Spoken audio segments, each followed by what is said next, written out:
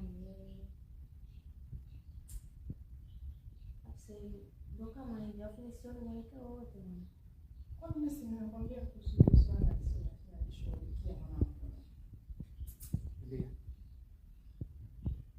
Kwa nini sinakwambia kuhusu hilo swala tunalishughulikia mwanangu? Sawa. Lakini sasa naona siku zinaenda, kila siku tunaniambia hivyo hivyo. Maisha yangu kama hivyo yani. Mchangani.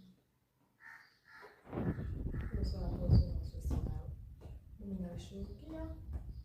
Sawa. Sawa. Alafu mama, nimepata Wazo gani tena mwanangu?